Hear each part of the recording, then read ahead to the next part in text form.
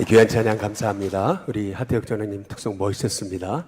우리 박수 한번 뜨겁게 부탁드리겠습니다. 애쓰셨습니다. 우리 옆에 분하고 한번 같이 인사하겠습니다. 참 잘 오셨습니다. 우리 같이 인사하겠습니다. 우리 한번 이렇게 해보시면서 해보겠습니다. 사랑합니다. 한번 해보겠습니다. 우리 옆에 분, 뒤에 분하고 좀 밝게 웃어주시면서 같이 인사하겠습니다. 환영합니다. 우리 같이 인사하겠습니다. 잠깐 기도하겠습니다. 좋으신 하나님 감사를 드립니다. 이 나라 이 민족이 무엇이간데 모든 어려움 가운데 그 고통스러운 전쟁의 고통도 이기게 하시고 하나님 지금까지 이 나라 민족을 세계 열방 가운데 우뚝 세우셨습니다. 6.25의 그 아픔 중에도 이 나라를 위해 희생하고 헌신하는 하나님의 종들이 있었기에 우리가 이렇게 편안한 그런 삶을 살아가게 된다는 것을 분명히 믿습니다. 이제는 우리도 다음 세대를 위해 무언가 남길 것이 있는 삶을 살아가도록 인도해 주옵소서. 편안하고 또 안락한 삶에 우리가 익숙해지지 않게 하시고 헌신하고 희생하는 삶이 우리의 삶이 될 수 있는 은혜가 있어 다음 세대가 우리의 눈물을 통해서 그 눈물을 먹고 믿음의 세대로 자라나는 은혜가 있도록 하나님 우리 다음 세대를 향한 진정한 주님의 영적 파수꾼들이 될 수 있도록 인도해 주옵소서. 오늘도 말씀 듣기 원하오니 성령께서 우리 가운데 말씀해 주옵시기를 간절히 원하옵고 우리 주 예수님의 이름으로 기도드리옵나이다. 아멘. 오늘은 6.25죠. 이 땅에 이 나라의 자유독립을 위해서 그렇게 애쓰고 희생하고 헌신한 하나님의 종들이 있었기에 저희가 이렇게 편안하게 이렇게 살고 또 믿음으로 살아가는 줄로 믿습니다. 그래서 오늘은 우리 파송의 찬양을 부르고 나서 애국가를 1절 함께 부르고자 합니다. 특별히 애국가는 우리 윤도영, 윤정진 권사님, 우리 증조 할아버지가 되시는 윤치호 우리 장로님이 쓰신 거죠. 더욱더 우리가 열심히 불러야 될 것은 어느 나라 국가에 하나님이 보호하사라고 하는 그러한 고백이 있는 그런 국가가 어디 있겠습니까? 우리가 더 많이 불러야 되고 더 많이 고백해야 될 줄로 믿습니다. 저는 어떤 인생이든 골든타임이 있다라고 그렇게 생각합니다. 그 골든타임을 놓치면은 결국 생명을 잃을 수도 있는 거죠. 저는 그 골든타임이 우리 일신교회와 또 우리 한국사회의 미래를 위해 골든타임은 지금이 아닐까 이렇게 생각이 됩니다. 그래서 돌아오는 금요일부터 우리는 다음 세대를 위해서 33일간 기도 파수꾼 캠페인을 열고자 하는데요. 제가 33일간 계속 새벽을 제가 깨우면서 제가 인도하려고 하고 있습니다. 함께 나와서 같이 새벽 예배 드리면 새벽을 깨우시면 더 좋고 그것이 안 되시는 분들은 여러분의 가정에서 유튜브로 함께 참여하시면서 새벽 예배 드리시고 또 함께 믿음으로 선포하셔서 여러분의 입술로 고백하는 것들이 여러분의 자녀들에게 또 우리 일신교회 다음 세대에 또한 이 한국 사회에 이루어지도록 함께 깨어서 기도하면서 여러분이 다음 세대를 위한 파수꾼이 꼭 되어주시기를 주님의 이름으로 축복합니다. 우리 일신교회를 통해서 하나님이 이루실 일이 참 많은 것 같아요.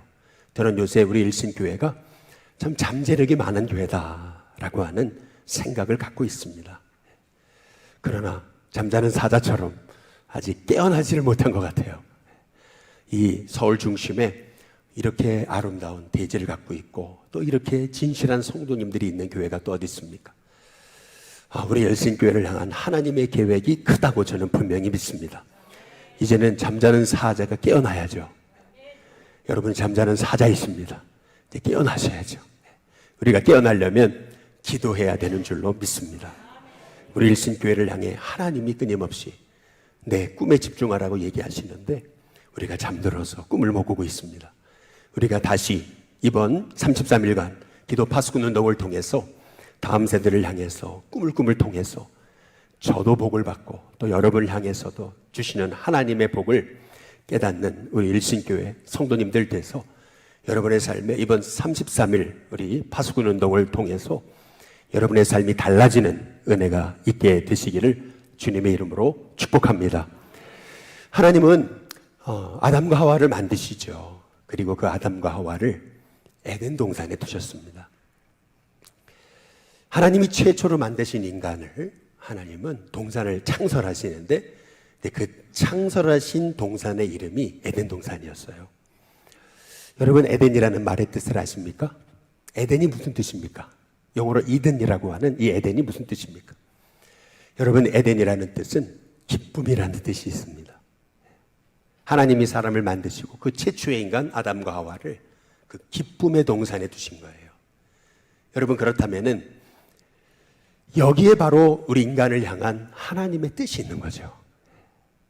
우리 인간을 향한 하나님의 뜻이 뭐냐면요, 우리가 열심히 살고 거룩하게 살고 죄 안 짓고 살고 또 최선을 다해 사는 것도 중요하지만 가장 중요한 건 뭐냐면요, 기쁘게 사는 겁니다. 즐겁게 사는 거예요. 그것이 우리 인간을 향한 하나님의 마음인 거죠. 저는 우리 인신교회 성도님들이 기왕 한 번 사는 인생인데 한 번 사는 거예요. 죽지 못해가지고 마지못해 바둥바둥 거리면서 살아가는 인생이 아니고 즐겁게 사십시오. 기쁘게 사세요. 웃으면서 사세요.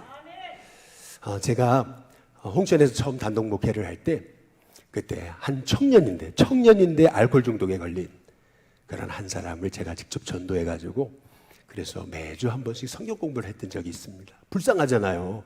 청년인데 알코올 중독에 걸려서 허덕이는 청년이잖아요. 이러면 안 되겠다. 그래서 매주 만나자 그래가지고 성경 공부를 하는데 하루는 창세기를 좀 읽어오라 그랬습니다. 이 청년이 진짜 창세기 읽어왔어요. 제가 물었습니다. 뭐가 그렇게 창세기를 읽으면서 좋더냐? 이렇게 물어봤더니 그 청년이 하는 말이 뭐라 그러냐면은 보시기에 좋았더라. 이 말씀이 제일 좋았더래요. 그런데 그 얘기를 하면서요, 이 청년이 이를 드러내면서 웃는데요, 제가 이 청년이 웃는 걸 그날 처음 봤습니다. 알코올 중독에 찌들려가지고 그 인생에 찌들려가지고 웃음도 없던 그 청년이요, 은혜를 받고 말씀 위에서 밝게 웃는 모습을 보니까요, 저는 지금도 그 웃던 모습을 잊지를 못합니다. 그때 그 웃음을 보면서 제가 깨달은 게 있어요. 그게 뭐냐면 하나님이 원하시는 삶이 이거구나. 이 땅에 마음껏 살아보라고, 복의 근원이 되라고, 이 땅을 다스리고 정복하고 누리라고 주셨는데 우리는 열심히는 사는데 기뻐하며 살지는 못해요. 최선을 다해서는 살아요. 죄 안 지으려고 살긴 사는데 감사가 없어요. 기쁨이 없어요. 즐거움이 없어요. 여러분, 그거 아세요? 웃음이라는 것은 하나님이 인간에게만 주신 축복입니다. 우리 여기 뒤에 뒷동산에 그렇게 고양이가 많잖아요. 저는 이 고양이들이 웃는 걸 한 번도 본 적이 없습니다. 물론 이 고양이들이 캬 하면서 화내는 건 봤습니다. 그런데 웃지는 않더라고요. 여러분, 강아지 기르시죠? 물론 강아지가 꼬리를 막 조으면 흔들죠. 여러분, 좋다고 짖죠? 그러나 웃지는 않습니다. 여러분, 웃음이라는 것은 하나님이 우리 인간에게만 주신 축복인 거죠. 실은요, 기쁨이라는 건 하나님이 인간에게 주신 최고의 선물입니다. 여러분, 이 선물을 누리며 살아가시기를 주님의 이름으로 축복합니다. 한번 옆에 분한테 한번 밝게 웃으시면서 인사해 보겠습니다. 기쁨을 누리며 사시기 바랍니다. 웃으면서 인사하랬는데도 인상 쓰고 인사하는 분들이 계시는 것 같아요. 우리가 기쁘게 사는 게 이게 체질이 안 돼서 그래요. 기쁘게 살면 죄 짓는 것 같아가지고. 어떻게 경건하게, 내가 어떻게 믿음으로 살아야지 어떻게 웃으며 사나. 여러분, 어리석은 겁니다. 왜냐면은 전도서 8장 한번 15절을 보시기 바랍니다. 이에 내가 희락을 뭐라고요? 이게 솔로몬의 얘기인데 이 말이 무슨 뜻이냐면은 이런 뜻입니다. recommend라 그랬습니다. 영어로. 기쁘게 살기를 추천한다는 겁니다. 기쁘게 살기를 권한다. 이는 왜 그러냐면 사람이 먹고 마시고 즐거워하는 것보다 더 나은 것이 해 아래는 없는 줄 압니다. 이게 무슨 말이냐면 기쁘게 산다는 것이 가장 큰 복이기 때문에 나는 여러분에게 기쁘게 살기를 추천한다는 겁니다. 그래서 전도서 9장 7절에 보면 솔로몬이 이렇게 얘기합니다. 너는 가서 뭘로요? 기쁨으로. 인상 쓰면서 음식을 먹지 말고. 그 다음 뭐예요? 즐거운 마음으로 내 뭐를 마시라고요? 포도주를 마셔도 즐겁게 마시라는 겁니다. 이는 하나님이 내가 하는 일들을 벌써 어떻게 하셨어요? 기쁘게 다 받으셨다는 거죠. 여러분, 우리는 삶이 예배라 그럽니다. 여러분, 삶이 예배입니다. 그러면 하나님이 주신 이 삶, 이 예배인 이 삶을 어떻게 살아야 돼요? 기쁘게 살아야죠. 근데 여러분이 감사하면서 기쁘게 산 건요, 하나님이 이미 다 흠양하신 겁니다. 다 받으셨습니다. 그래서 하나님이 하나님의 종들이 기쁘게 사는 것을 원하신다는 거죠. 그래서 전도서 9장 9절에 보면은 이렇게 얘기합니다. 내 헛된 평생의 모든 날, 하나님이 해 아래서 너에게 주신 그 모든 헛된 날에 내 사랑하는 아내와 함께 즐겁게 살지어다, 이렇게 얘기하십니다. 근데 아마 여러분 이 말씀을 보면서 의아한 게, 아니 하나님이 주신 인생이 왜 헛되냐, 여러분 이렇게 얘기하실지 모르겠습니다. 왜 헛된지 아십니까? 눈 깜짝할 사이에 지나가기 때문에 그렇습니다. 그리고요, 지나가면 다시 붙잡을 수 없습니다. 다시 되돌아오지도 않습니다. 그래서 헛됩니다. 실은요, 창세기 2장에 보면은 하나님 인간을 만드시고 인간에게 숨을 부어주시거든요. 그래서 사람이 이렇게 생명이 됐습니다. 이 루아흐, 하나님의 숨, 호흡, 여러분이라는 게 뭘 의미하는 거냐면요, 사람이 죽는다는 건 뭘 의미하는 거냐면 호흡이 떠나는 겁니다. 숨 쉴 수 없는 겁니다. 근데 사실은 이 호흡도 누가 주신 거예요? 하나님 주신 거예요. 하나님 여러분의 호흡을 걷어가시면 여러분 끝나는 겁니다. 그렇다면 내가 오늘 호흡할 수 있다는 것이 얼마나 큰 복이에요.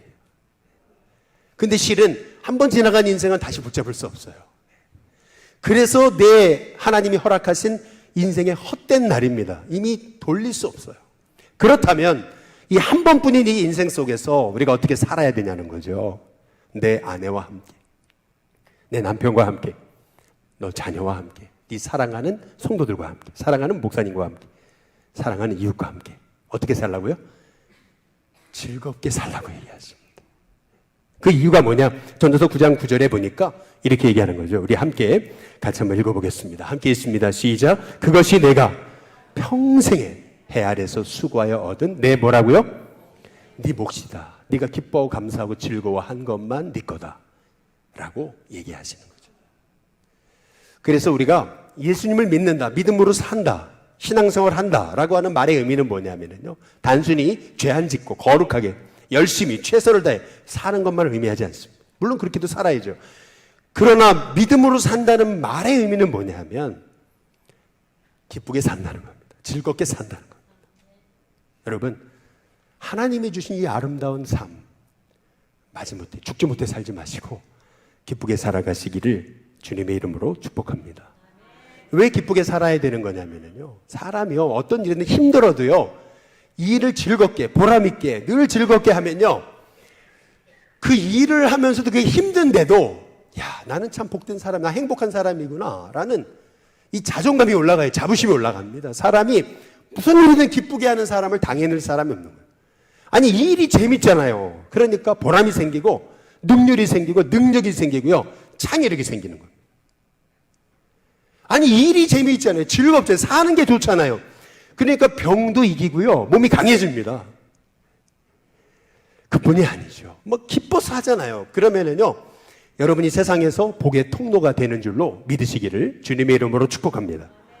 뭐니 해도 우리가 하나님 말씀대로 즐겁게 살아야 되는 이유는 뭐냐면 즐겁게 사는 여러분을 하나님 제일 기뻐하십니다. 하나님은 여러분이 좀 웃는 걸로 보기를 원하세요. 믿음의 삶을 사는데도 어떤 분을 보면은 늘 그냥 기쁨이 없는 분도 있어요. 이거 신앙생활 잘못하는 겁니다. 아니 그분에게서 하나님 주신 기쁨이 도대체 발견되지 않아요. 여러분 그러면 잘못 사는 겁니다. 여러분 제가 우리 아내랑 왜 결혼한 줄 아세요? 예? 예, 웃는 게 예뻐가지고 믿거나 말거나 합니다. 예. 여러분 지난 제가 월화수목 걸쳐가지고 우리 2024년도 우리 감리교 우리 속계공과 집필을 위해 합숙훈련을 다녀왔습니다. 근데 여러분 내년도 속계공과 보시고 놀라실 겁니다. 근데 왜냐하면 이번에 속계공과를 디자인하신 2024년도 속계공과를 디자인하신 분이 뭐냐면 이번에 은퇴하시는 왕대일 감리교 신학대학교 구약학 교수세요. 이분이 작정을 하셨는지 구약학 교수님이라서 그런지 몰라도 본문이 너무 어려워요. 야, 제가 생전에 설교 안 해본 말씀들이 수두룩하더라고요. 야, 그래서 우리 목사님들이요 이제 이 4일 동안 52주 이 공과를 다 편집하고 다 완성해서 본부에 넘겨야 되는 건데 딱 들어가면서 목사님들이 그랬어요. 뭐라냐면 야 우리 4일 동안 못 끝낸다 이거. 우리 다음에 또 들어와야 된다. 야 처음 시작하면서부터 이게 진도가 안 나. 근데 문제가 있잖아요. 그게 뭐냐면 저는 목요일 날 와야 되거든요. 지난 목요일 날 늘푸랗게 일이 소풍이 있었습니다. 그런데 제가 못 간다 그럴 수도 없고 제가 뭐 거기 빨리 가야 된다 그럴 수도 없고 이야 하나님께 기도했어요. 빨리 끝나게 해달라고. 근데 월요일날 새벽기도 끝나고서 속초까지 차 운전해 가서 점심 먹고 딱 앉아가지고 이 일을 작년에 해보니까 그때부터 막 졸음이 오는데요. 이 일이 안 되는 거예요. 야 그래서 안 되겠다 이번에는. 그래서 제가 전날 혼자 넘어갔습니다. 그 다음날 일찍 일어나가지고 운동도 하고 그래 점심 딱 먹고 이제 적극적으로 일을 시작하는데 기도하면서 다 선배님들인데 제가 그랬어요. 기쁘게 막 우습겨가면서 막 주도적으로 이건 이렇게 하면 된다고 막 해가지고 막 이끌어갔어요.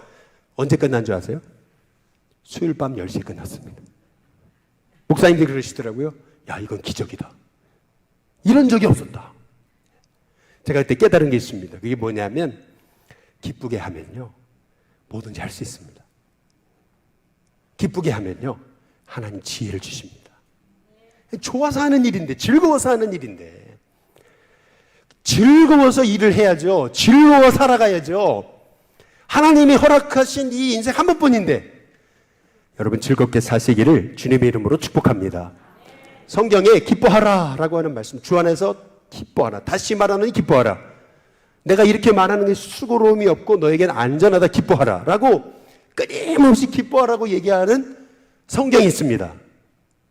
여러분 그게 빌립보서입니다. 근데 빌립보서를 사도 바울이 어디서 썼는지 아세요? 가장 성공했을 때 문제 없을 때 쓴 게 아닙니다. 감옥에 갇혔을 때 쓴 겁니다. 얼마나 기뻐하라는 말을 많이 하냐면 18번에 걸쳐서 합니다. 성경학자들은 얘기해요. 바울이 감옥에 갇힌 게 아니고 바울이 기쁨으로 감옥을 가뒀다 그럽니다.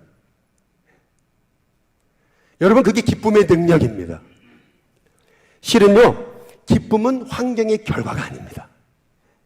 기쁨은요 여러분의 믿음의 증거입니다. 진짜 믿음 있는 사람은요 어려워도 기뻐할 수 있습니다. 아니 미쳤냐고요? 아닙니다. 어려워도 기뻐할 때 그 어려움이 복이 되는 역사가 일어나게 되는 줄로 믿습니다. 저는 우리 일신교회 성도님들이 하나님 주신 이 아름다운 인생 복되게 즐겁게 감사하며 찬송하며 사시기를 주님의 이름으로 축복합니다. 오늘 말씀은 사도 바울이 비시디아 안디옥에 가서 그 유명한 그 선교지에서 성경에 기록된 첫 번째 그 풀 텍스트가 기록된 그 설교를 마친 거예요. 그런데 여러분 이 설교는요 사도 바울이 2번, 3번, 4번에 걸쳐 한 게 아닙니다. 뭐 우리 교회 이제 7월 9일 날 유기성 목사님 오시지만은 오신다고 뭐 포스터 붙이고 오라고 막 초청해가지고 그래가지고 며칠에 걸쳐가지고 집회를 한 게 아닙니다. 사도 바울이 밤빌리아 버가라고 하는 곳에서 풍토병에 걸려가지고 몸이 그렇게 만신창이가 되고 지친 상황에서 그 풍토병을 이기기 위해서 이 비시디아 안디옥 고산지대 거기까지 올라가가지고 거기서 안식일에 그 지친 몸을 이끌고 설교 한 번 했을 뿐입니다. 그런데 놀랍게도 사람들이 열광하기 시작하는 거예요. 막 인산인해를 이루어가지고 온 그 비시디아 안디옥의 시민이 거의 다 모일 정도로 그렇게 사람들이 몰려드는데요. 여러분 이거는 기네스북에 오를 내용이죠. 설교 한 번 했는데 온 시내가 뒤집어졌습니다. 이게 보통 일이 아니잖아요. 그 이유가 있어요. 그게 뭐냐면 사도 바울이요 이 모든 일을 자기가 한 거라고 본 게 아니에요. 사도 바울은 이 모든 게 하나님의 은혜라고 여겨진 거예요. 최고의 인생은 어떤 인생이냐면 가장 잘 될 때, 최고 성공했을 때 이 내가 한 게 아닙니다. 이 하나님 은혜입니다. 그렇게 고백할 수 있는 겸손한 사람이 여러분 진짜 믿음의 사람인 줄로 믿습니다. 여러분 이런 은혜가 충만해서 뭐 폭포수 같은 은혜가 쏟아지는데 이 바울의 설교가 당연히 좋았겠죠. 실은요 이 바울의 설교를 직접 듣는다는 게 이게 얼마나 큰 영광입니까? 백세 철학자로 얘기하는 김영석 교수님이요, 그런 얘기 하잖아요. 자기가 청년 시절에 도산 안창호 선생님의 그 마지막 설교를 들었는데 실은 그게 자기 인생을 바꿨다 그러잖아요. 아니, 이 사도 바울의 설교를 듣고요, 변화되지 않는 게 기적이 아니겠어요? 그런데 놀랍게도요, 사도행전 우리 13장 45절에 보면은 이렇게 얘기합니다. 한번 같이 한번 읽어보겠습니다. 같이 읽습니다. 시작. 유대인들이 그 무리를 보고 시기가 가득하여 바울이 말한 것을 반박하고 비방하거늘. 유대 지도자들이 바울 때문에 사람들이 인산인해를 이룬 것을 보고서 시기가 아주 충만한 겁니다. 시기가 가득해가지고 바울이 한 말마다 조목조목 반박하고 그리고 비방하기 시작한 거죠. 여러분, 시기심은 죄입니다. 어떤 분 그러죠. 아니, 어떻게 살다가 어떻게 시기 안 하고 살 수 있냐고. 그 인간적인 자연적인 감정이 아니냐고. 여러분, 그렇게 얘기하실지 모르겠습니다. 그러나 그렇지 않습니다. 요셉의 형들이 왜 11번째 동생인 요셉을 그렇게 노예로 애굽에 팔아넘겼습니까? 여러분, 그 출발점이 시기심입니다. 아니, 첫째 형하고 11번째 동생이니까 나이 차이가 나도 꽤 나는 거 아니겠어요? 그러면 자식 같은 동생인데 얼마나 귀엽겠어요? 그러면은 이 자식 같은 동생이 조금 사랑받아도 얼마든지 그렇게 이뻐해주고 할 수 있는 거 아니에요? 그런데 아버지 야곱이 요셉만 사랑하니까 어떻게 해요? 시기하고 질투하잖아요. 그래가 죽이려고 사실은 물구덩이에 던졌는데요, 마침 물구덩이에 물이 없었던 거예요. 죽일 수 없으니까 어떻게 해요? 미디안 상인 지나가니까요, 거기다 노예로 팔아먹는 거예요. 죽인 거나 마찬가지죠. 시기심은요, 같은 형제라도요, 그 존재를요, 인정하지 않습니다. 그게 시기심의 결과입니다. 뿐만 아니라 가인이 그 사랑스러운 동생을 왜 죽였어요? 시기심 때문에 그런 거잖아요. 아니, 하나님께 예배 드렸는데 하나님이 동생의 예배는 받으시는데 자기 예배는 안 받으시는 거예요. 아니, 어떻게 하나님 그럴 수 있어요? 그 시기심이 가득해가지고요, 그 시기심을 묵상하다 보니까 나중엔 동생을 들로 불러내가 돌로 쳐 죽여버리잖아요. 왜요? 하나님의 사랑 내가 독차지할 수 있을 거라 생각해가지고 말이죠. 이게 시기심의 결과인 거예요. 그런데 여러분, 놀라지 마시기 바랍니다. 왜 유대의 지도자들이 예수님을 십자가에 못 박았냐는 거죠. 우리 마태복음 28장 한번 18절을 읽어보겠습니다. 함께 읽습니다. 시작. 이는 그가 그들의 시기로 예수를 넘겨준 줄 알미더라. 유대인들 지도자들은 누굽니까? 하나님의 이름을 자랑하는 사람 아니에요? 근데 하나님의 이름을 자랑하는 사람이 어떻게 하나님의 아들이신 예수님을 십자가에 못 박았습니까? 이유가 뭐예요? 시기심 때문에 그런 겁니다. 우리가 이 시기심이라는 것을 극복하지 못하면은 하나님의 이름을 내세우면서도 우리는 하나님과 반대편에 서게 됩니다. 이승장이라고 하고, 이승장 목사님이라고 청년사역의 대부라고 불리는 분이 있습니다. 이분이 쓴 왜 나는 예수를 믿는가 라고 하는 책에 보면은요, 한 청년이 와가지고 이제 얘기하는 얘기가 나와요. 여름 수련을 갔거든요. 물놀이를 갔어요. 근데 자기 라이벌인 아이가요, 물에 빠져 죽어가는 거예요. 살려달라고 그러는데요, 이 친구의 뒷다리를 잡았어요. 살려달라고. 근데 이 친구가 어떻게 했는 줄 아세요? 자기도 두렵기도 하고 그래가지고요, 그냥 발로 밀어냈어요. 여러분, 이 마음이 왜 생기는 거냐는 거예요. 우리가 시기심에 사로잡히는 이유가 있어요. 그게 뭐냐면 하나님이 날 사랑하신다는 절대 믿음, 절대 확신이 없기 때문에 그런 거예요. 내 사랑이 여전히 상대적이기 때문에 그런 거예요. 하나님이 이 세상에는 나 혼자밖에 없는 것처럼 나를 사랑하신다고는 절대 믿음이 있어야 되는데, 그 믿음이 없으니까요, 자꾸 사람과 비교하는 거예요. 누가 나보다 잘하면은 그러면 그걸 못 이기는 거예요. 누가 나보다 설교 잘하면은요, 못마땅하고요. 누가 더 나보다 큰 교회 목회하면은 그게 그렇게 배가 아픈 거예요. 그러나 여러분, 사실 그렇지 않아요? 사자와 호랑이를 어떻게 비교합니까? 헨델의 메시아랑 베토벤의 운명을 어떻게 비교해요? 이건 비교 못하는 거예요. 이거는요, 저마다 하나님 만드신 최고의 작품인 거죠. 그렇기 때문에 우리 모두가 다 하나님 앞에는 귀하고 소중하고 가치 있는 존재라고 하는 거죠. 여러분, 이 믿음이 나를 향한 하나님의 사랑이고 내게 필요한 믿음이 이런 절대 믿음이 필요한 거예요. 여러분, 이런 믿음이 우리에게 생겨질 때 우리가 시기심을 이길 수 있어요.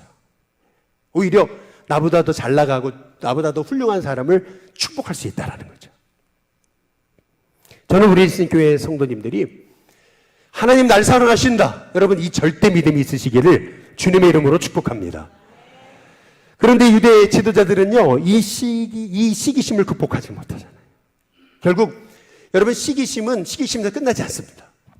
우리 사도행전 13장 50절에 보면은 같이 한번 읽어보시죠. 함께 있습니다. 시작. 이에 유대인들이 경건한 귀부인들과 그 신의 유력자들을 어떻게 해요? 선동합니다. 그래서 바울과 바나바를 어떻게 해요? 박해, 육체적인 해를 가했다는 겁니다. 그래서 그 지역에서 어떻게 해요? 시기심의 결과는 뭐냐 하면 복동이로 온 바울을 쫓아내야 되는 겁니다. 자기 힘으로 안 되니까 사람을 선동해가지고 그래서 사람을 쫓아내야 되는 거죠. 근데 여러분, 오늘 말씀 다시 한번 띄워줘 보세요. 사도행전 13장 50절에 보면은 잘 한번 보세요. 여기 위대한 복음이 있습니다. 잘 보세요. 이에 유대인들은 시기심에 사로잡혀 그 신의 유력자들을 선동해서 바울과 바나바를 박해하고 쫓아내잖아요.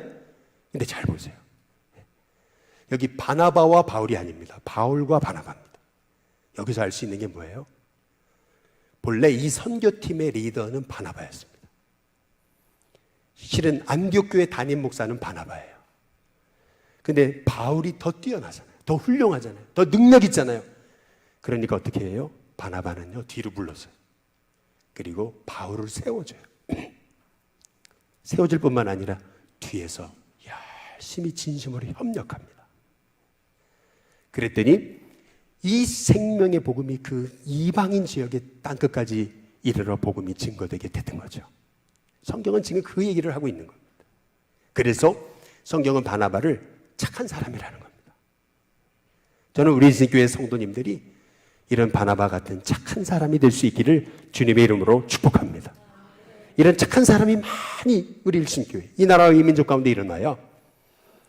이 미래, 우리 이 땅에 이 한국교회가, 우리 일신교회가 소망이 있는 교회가 되게 됨을 분명히 믿습니다. 근데 그 다음 절을 보면 너무나 놀라워요. 우리 사도행전 13장 51절, 52절에 보면 이렇게 얘기합니다. 두 사람이 그랬어요. 두 사람이 누구냐면 바울과 바나바입니다. 결국 비시대 안디옥에 있을 수가 없어 쫓겨나죠. 어디로요? 이고니온으로 갑니다. 그러나 52절에 보면은 오히려 제자들, 여기서 제자는 누구냐 하면은 비시디의 안디옥에 말씀 들은 성도들입니다. 아니, 벌써 그 비시디의 안디옥에 주님의 제자들이 생긴 거예요. 제자들은 뭐가 충만했어요? 기쁨이 충만했습니다. 여러분 잘 보십시오. 지금 박해 현장입니다. 바울과 바나바가 박해당한다는 것은 이 비시디의 안디옥의 성도들도 박해당하는 상황이 시작됐다는 얘기입니다. 그런데 그럼에도 불구하고 그들은 기쁨이 충만해요. 여러분, 그 이유가 뭐겠습니까? 그들이야말로 진짜 은혜 받은 사람이기 때문에 그렇습니다. 우리가 지난주에 살펴봤잖아요. 사도 바울이요, 그렇게 은혜 받은 비시디아 안디옥 성도들한테 뭐라 그랬어요? 항상 이 은혜에 있으라고 강조했어요. 항상 이 은혜에 있어라. 여기 비시디아 안디옥 성도들은요, 고난이 와도 은혜에 머무른 거죠. 은혜에 있었던 거예요.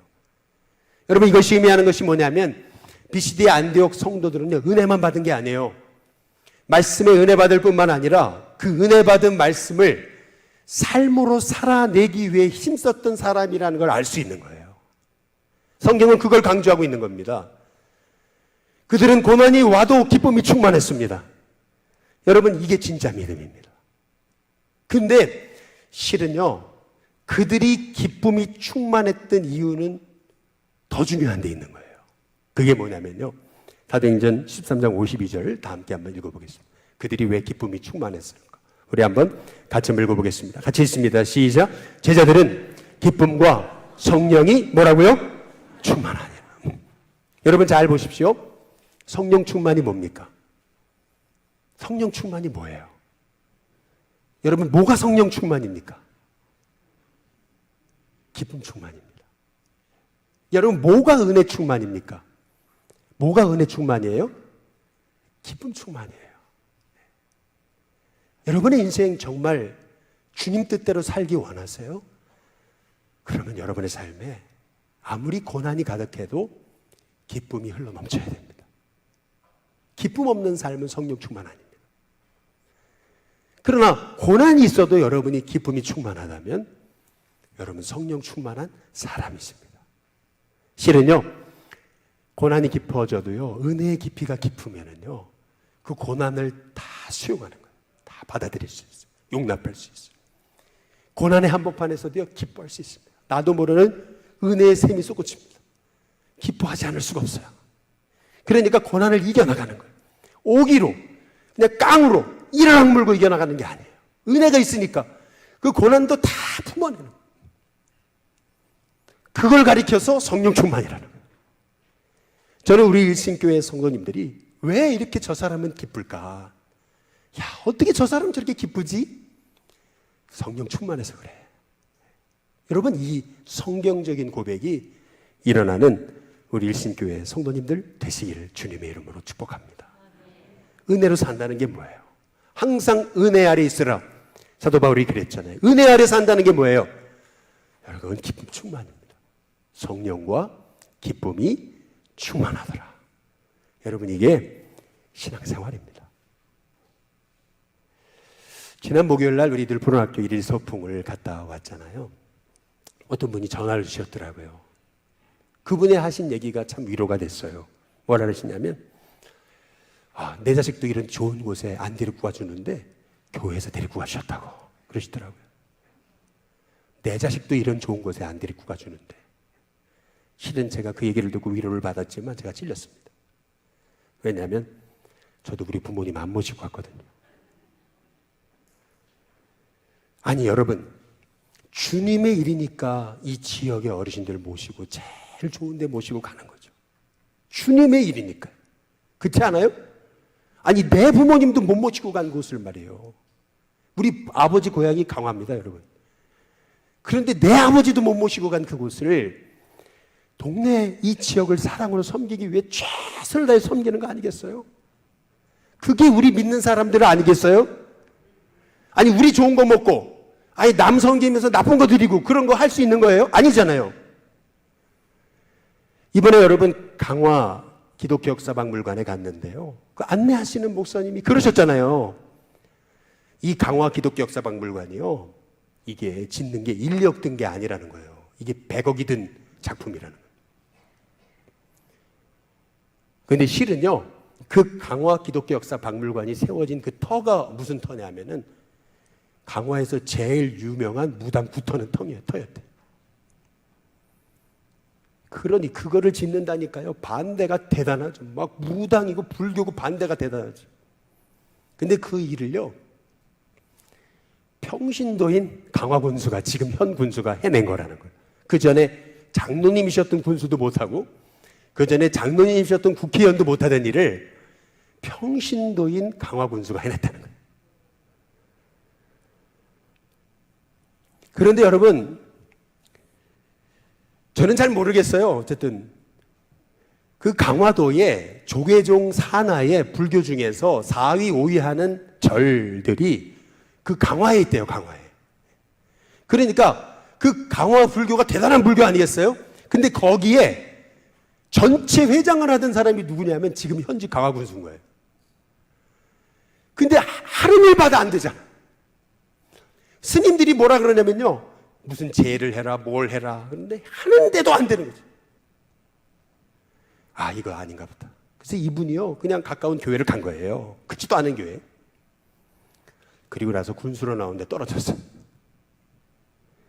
그러니까 그 담임 목사님이요, 얼마나 양심이 있는 분인지, 아니 의원님, 정치하시려면 이렇게 조그만한 교회 나오시면 안 돼요. 정치하시려면 강화에서 제일 큰 강화종합교회를 가세요. 그런데 그분이 뭐라 그런지 아세요? 이 교회가 내 교회인데 내가 왜 거길 가냐고. 그리고 또 나왔거든요. 당선된 거예요. 하나님의 은혜가 얼마나 커요. 목사님들이 이거 지어달라고 해서 지은 게 아니고요. 이분이 기쁨으로 이걸 지은 거예요. 누가 하라고 해서 한 거 아니에요. 표 얻으려고 한 거 아니에요. 하나님의 은혜 감사해서 강화기독교 역사박물관을 이 군수가 지은 거예요. 여러분 뭐든지요 기쁨으로 하면요 지혜가 생깁니다. 반대가 얼마나 그냥 컸는지 막 무당들이 막 쫓아오고 막 난리가 났는데요. 기쁨으로 하니까요 자기 방식으로 문제를 해결해내는 거예요. 그냥 한순간에 그냥 모든 걸 잠재워버린 거예요. 기가 막히죠. 그만의 방식으로 하는 거예요. 그게 끝이 아니래요.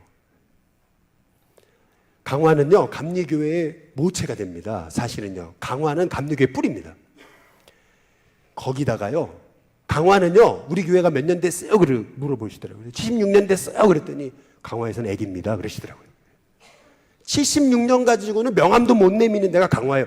100년 넘은 역사를 가진 교회가 수두룩합니다. 그런데 그 강화에다가 그 최초의 교회들 7교회를 복원하는 사업을 한다는 거예요. 그것도 누구 돈으로요? 나라 돈으로. 여러분 그러면 반대가 가득하겠죠. 낙선운동이 시작되겠죠. 근데 신기한 건 재선에 성공했다는 거예요.